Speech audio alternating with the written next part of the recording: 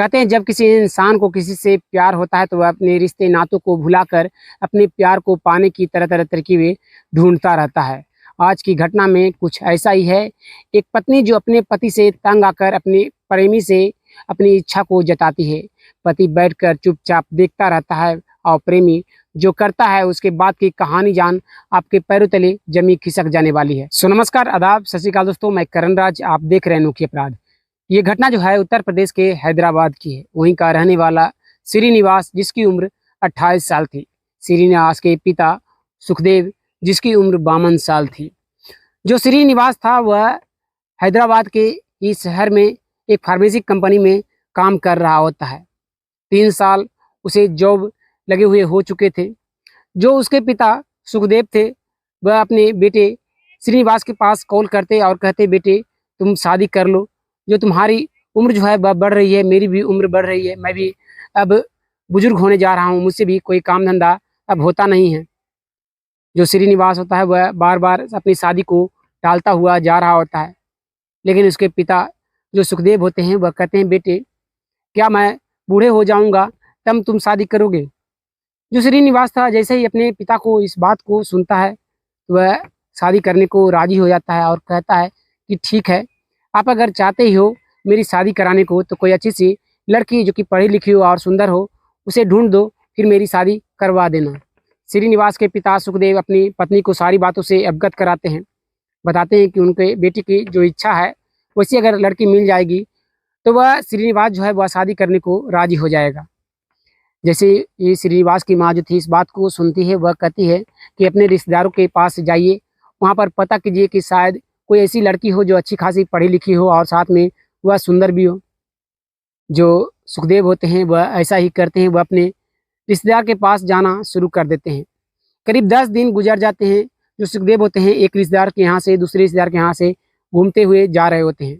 उसी दौरान श्रीनिवास के पिता के एक दोस्त जो कि रामचरण वहीं के पास का ही रहने वाला था, वह सुखदेव के पास कॉल लगाता है और कहता है कि मेरी नज़र में एक लड़की है जो कि पढ़ने में भी अच्छी खासी है और जैसी तुम खोज रहे हो वो सुंदर भी है और वह अभी MBA कर रही है, उम्र 21 साल है, नाम प्रिया है। जैसे ही अपने दोस्त रामचरण की बातों को सुनते हैं सुखदेव वह कहते हैं कि मैं जल्द से जल्द तुम्हारे यहाँ आ रहा हूँ, मुझे जो है वह प्रिया के माता पिता से मिलवा देना ताकि मैं अपने बेटे की शादी प्रिया से करा सकूं। जो श्रीनिवास के पिता के दोस्त रामचरण होते हैं वह कहते हैं कि जब भी तुम्हारी मर्जी हो चले आना, वो जो ज़्यादा दूर के रहने वाले नहीं हैं, मेरे पास के ही रहने वाले हैं।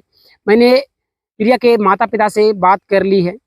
जो सुखदेव होते हैं वह कहते हैं मैं कल सुबह ही तुम्हारे यहाँ पहुँच रहा हूँ। जो सुखदेव होते हैं वह अपने दोस्त रामचरण के पास अगली सुबह पहुँचते हैं। वहाँ पर जाने के बाद नाश्ता पानी होता है। उसके बाद रामचरण सुखदेव के साथ प्रिया के घर पर पहुँचते हैं। वहाँ पर जाने के बाद प्रिया के माता पिता से बातचीत होना शुरू हो जाता है। करीब 1-1.5 घंटे तक बातचीत चलती हुई रहती है और शादी फिक्स कर दिया जाता है।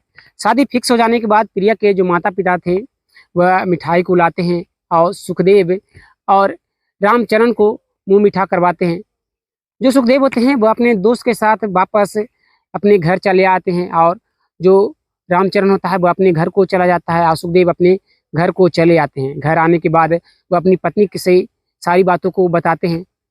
जो श्रीनिवास की जो माँ थी वह कॉल करती है अपने बेटे के पास, श्रीनिवास के पास, और कहती है कि बेटे जैसी तुमने इच्छा जताई थी, जैसी लड़की तुम ढूंढ रहे थे वैसी लड़की जो है वह मिल चुकी है, नाम है प्रिया, उम्र 21 साल है, वह अभी MBA की पढ़ाई कर रही है और पढ़ने में भी अच्छी खासी है।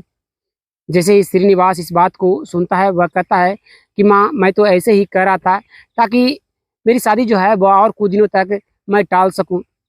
जो श्रीनिवास की जो माँ होती है वह कहती है ऐसे बेटे अब तो तुम आ जाओ। जो श्रीनिवास होता है वह कहता है कि माँ पहले शादी का जो डेट है वह फिक्स कर दो, उसके बाद मैं चला आऊँगा। जो श्रीनिवास के पिता सुखदेव होते हैं वह अपनी पत्नी के हाथों से फ़ोन को लेते हैं और वह कहते हैं कि बेटे 10 मार्च को तुम्हारी शादी जो है वह फिक्स कर दी गई है और तुम जो है जल्दी से छुट्टियां लेकर घर पर चले आओ ताकि सारी तैयारियां जो है वह हम सब मिलकर करेंगे। जो श्रीनिवास होता है वह कहता है कि ठीक है पिताजी, मैं यहाँ पर अप्लाई कर देता हूँ, अपनी छुट्टियों का दरख्वास्त दे देता हूँ। इतना कहकर श्रीनिवास जो था वह फ़ोन को रख देता है। धीरे धीरे समय गुजरता है और मार्च का पहली तारीख आ जाती है। जो श्रीनिवास था वह अपने छुट्टियों को लेकर वह अपने गांव पर पहुंचता है। गांव पहुंचने के बाद अपने माता पिता के साथ अपने शादी की तैयारियों में हाथ बटाना शुरू कर देता है। तभी उसी बीच में जो श्रीनिवास का एक जिगरी दोस्त होता है राजू, वह श्रीनिवास के घर पर पहुंचता है और कहता है कि तुम्हारी शादी फिक्स हो चुकी है और अब तक तुमने मुझे नहीं बताई। जो श्रीनिवास होता है वह अपने दोस्त राजू को कहता है कि उसके पिता ने शादी फिक्स की है और उसे छुट्टियां नहीं थी, इस कारण से वह तुम्हारे पास नहीं कॉल कर पाया। जो राजू था वह कहता है कि चलो ना, मुझे जो है वह तुमसे कुछ बातें करनी है, खेतों में बातें करेंगे और वह ज़रूरी बातें हैं। जो श्रीनिवास था अपने जिगरी दोस्त की बातों को सुनकर वह कहता है कि ठीक है, ऐसी कौन सी बात है, तुम घर पर भी बता सकते हो। लेकिन राजू जो था वह कहता है कि नहीं, मैं घर पर नहीं बता सकता, कोई अगर सुन लेगा तो क्या कहेगा, जो तुम चलो, जो खेतों में ही हम दोनों बात करेंगे। जो श्रीनिवास था वह अपने जिगरी दोस्त के साथ अपने घर से निकलता है और खेत खलिहानों में पहुंचता है। जो राजू था वह अपने खेतों को दिखाता हुआ जा रहा होता है और उसी बीच में राजू कहता है कि क्या तुम्हें पता है कि जिस लड़की से तुम शादी कर रहे हो वो कैसी है, उसका व्यवहार कैसा है, क्या वह किसी और लड़के से भी प्रेम करती है। जैसे ही श्रीनिवास इस बात को सुनता है वह कहता है कि दोस्त, ये जो बात है वह पहले लोग जो थे वह पुरानी चीज़ों को लेकर अपनी ज़िंदगी को ख़राब किया करते थे, लेकिन मैं जो हूँ वह पुरानी बातों को नहीं याद रखना चाहता। अब वह पढ़ी लिखी लड़की है जिससे मैं शादी कर रहा हूँ, वह अपनी पुरानी ज़िंदगी के को वापस अपने शादी के बाद नहीं लाएगी। जैसे ही इस बात को राजू सुनता है वह चुपचाप से रह जाता है और वह अपने खेते खलिहानों को घुमाता हुआ फिर वापस अपने घर चला आता है। दिन गुजरते हैं और दिन गुजरने के बाद 10 मार्च 2016 के शाम के करीब 6 बज रहे होते हैं। जो बारात थी वह सज रही होती है। जो श्रीनिवास था वह दूल्हे के जोड़े में घोड़े पर बैठा हुआ था। तभी उसी बीच में फिर से जो श्रीनिवास का जो दोस्त था वह वापस आता है और श्रीनिवास को कहता है कि श्रीनिवास, ये जो है मौका तुम्हें लास्ट है, तुम पहले उस लड़की के प्रिया के बारे में पता लगा लो कि वह कैसी है, उसके बाद तुम जो है वह शादी करना। लेकिन श्रीनिवास जो था वह इस बात को ध्यान नहीं देता है, वह अपनी शादी को अटेंड करने में लगा हुआ रह जाता है। बारात जो थी वह प्रिया के घर पर पहुंचती है और वहां पर बारातियों को बहुत ही बेहतरीन तरीके से स्वागत किया जाता है। स्वागत हो जाने के बाद जो श्रीनिवास था वह मंडप पर बैठता है। तभी जो उसकी दुल्हन प्रिया थी वह आती है। जो श्रीनिवास था वह अपनी दुल्हन प्रिया को देखता हुआ जा रहा होता है। प्रिया जो कि बेहद ही दुल्हन के जोड़े में खूबसूरत दिख रही होती है। जो श्रीनिवास था वह अपनी पत्नी से कुछ कहना चाह रहा होता है मंडप पर, लेकिन वह सभी लोगों को देखकर वह चुप रह जाता है। शादी वहाँ पर बहुत ही धूमधाम से करा दी जाती है। शादी हो जाने के बाद जो प्रिया थी वह निवास के साथ अपने ससुराल आती है और वह अपने रूम में अपने पति का इंतजार कर रही होती है बैठकर। इधर जो श्रीनिवास था वह अपने सभी दोस्तों और सभी परिवारों के साथ बिजी था।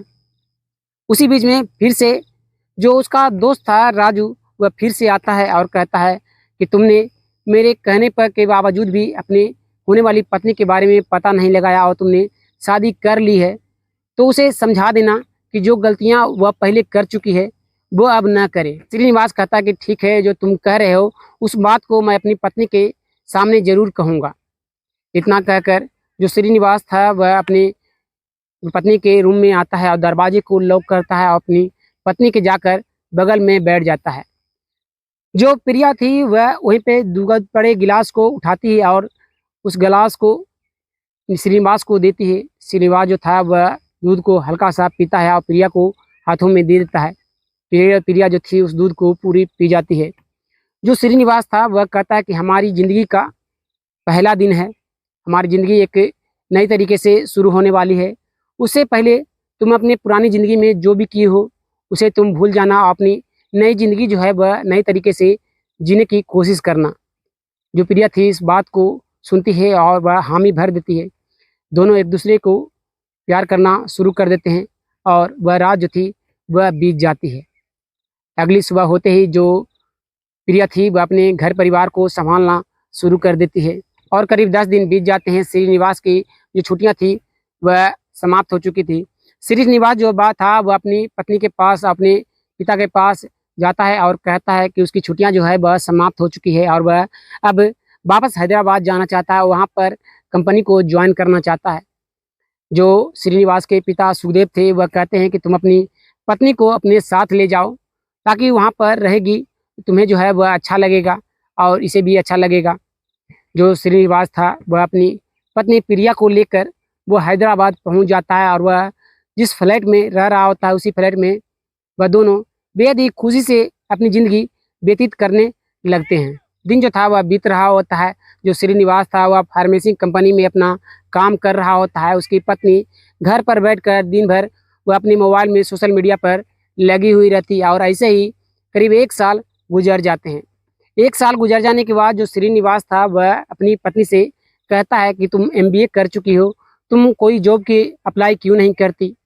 जो दिन भर तुम सोशल मीडिया पर लगी हुई रहती हो उससे कोई फ़ायदा होने वाला नहीं।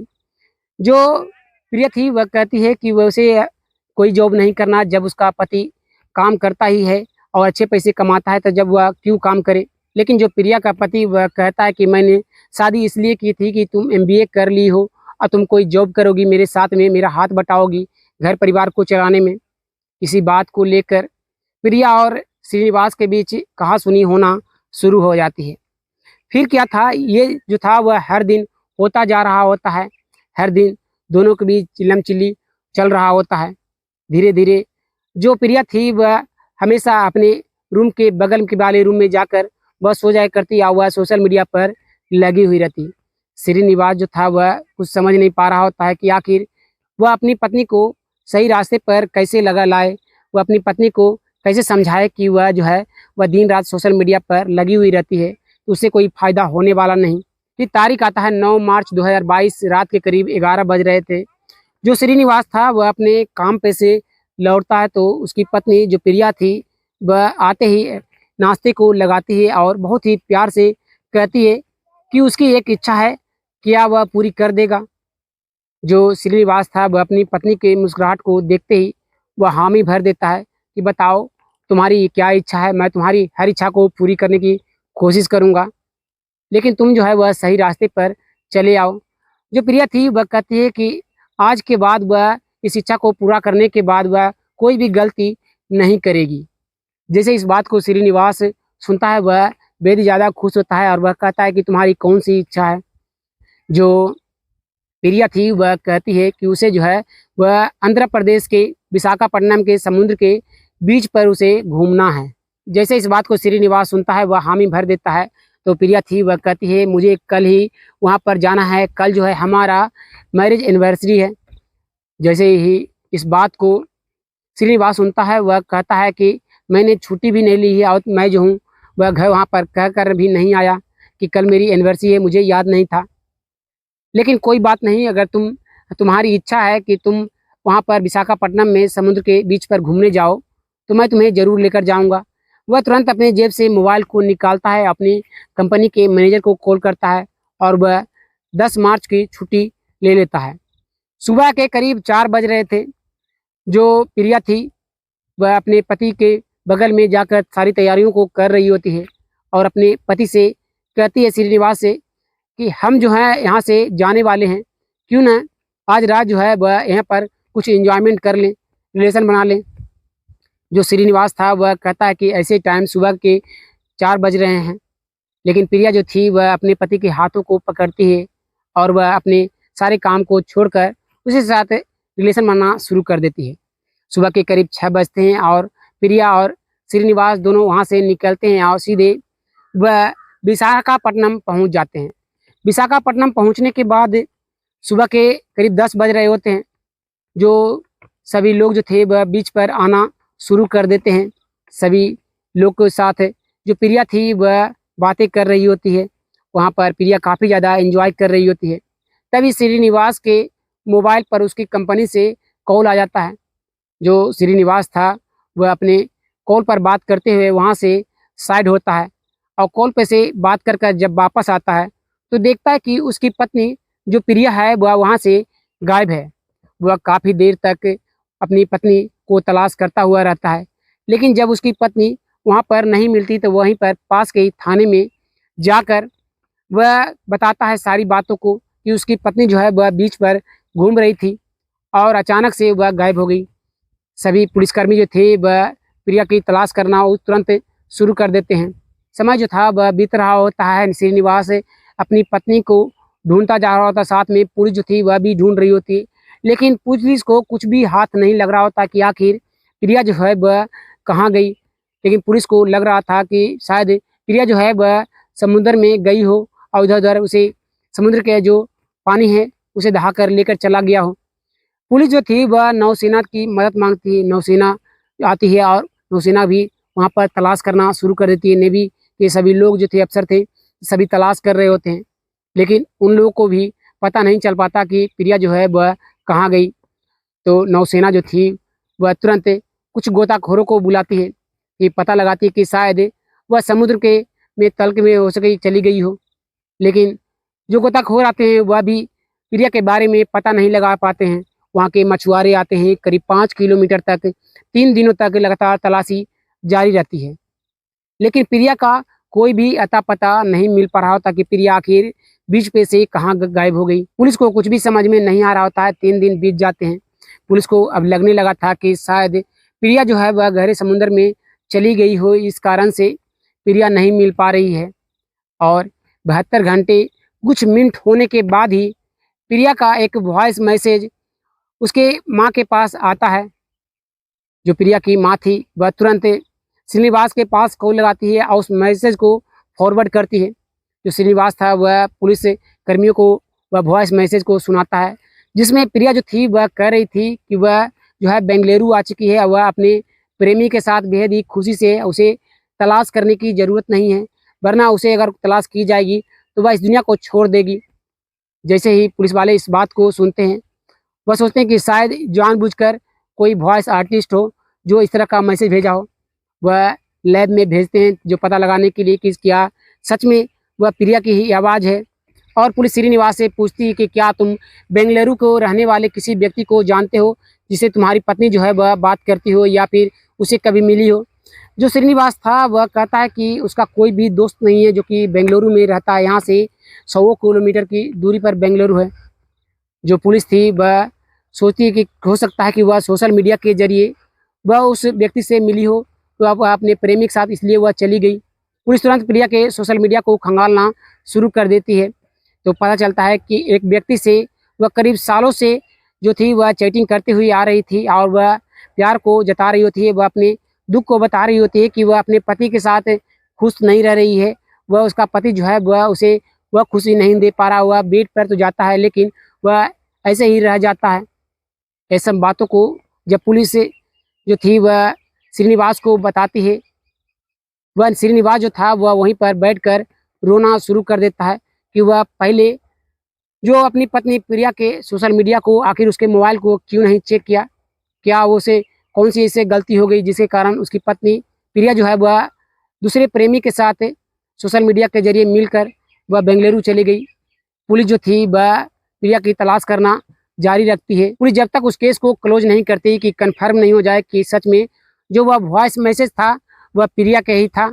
और जो खर्चे वहाँ पर तलाश करने में प्रिया के बैठे थे वह करीब सभी न्यूज़ों के अनुसार अगर बात करें तो करीब 1 करोड़ रुपये उसमें खर्च हुए थे नेवी और उसे जांच में, जहाँ पर प्रिया की तलाश की गई थी बीच के किनारे। लेकिन प्रिया जो थी वह अपने प्रेमी के साथ वह बेंगलुरु वहाँ से चली गई थी। पति को इधर समझ में नहीं आ रहा था कि क्या उसकी पत्नी जो प्रिया है वह खुद वहाँ से चली गई बेंगलुरु या फिर उसके जो प्रेमी है वह वहाँ पर प्रिया को लेने आया हुआ था। तो दोस्तों, इस घटना में आपको किसकी गलती लगती है? क्या श्रीनिवास की गलती थी कि वह अपने दोस्त के कहने पर वह उस लड़की के बारे में पता नहीं सही से किया, या फिर श्रीनिवास के पिता की गलती थी कि वह अपने दोस्त की बातों में आकर वह उस लड़की प्रिया से अपने बेटे श्रीनिवास की शादी कर दिए, या फिर प्रिया की गलती थी कि वह अपने पति को होते हुए वह सोशल मीडिया के जरिए किसी व्यक्ति से वह चैटिंग करने में लग गई या उसे वह प्यार कर बैठी या उसके साथ वह बेंगलुरु चली गई। आखिर किसकी गलती लगती है? कमेंट में अपना राय जरूर दीजिएगा। फिर मिलते हैं एक और वीडियो में, तब तक के लिए धन्यवाद। जय हिंद।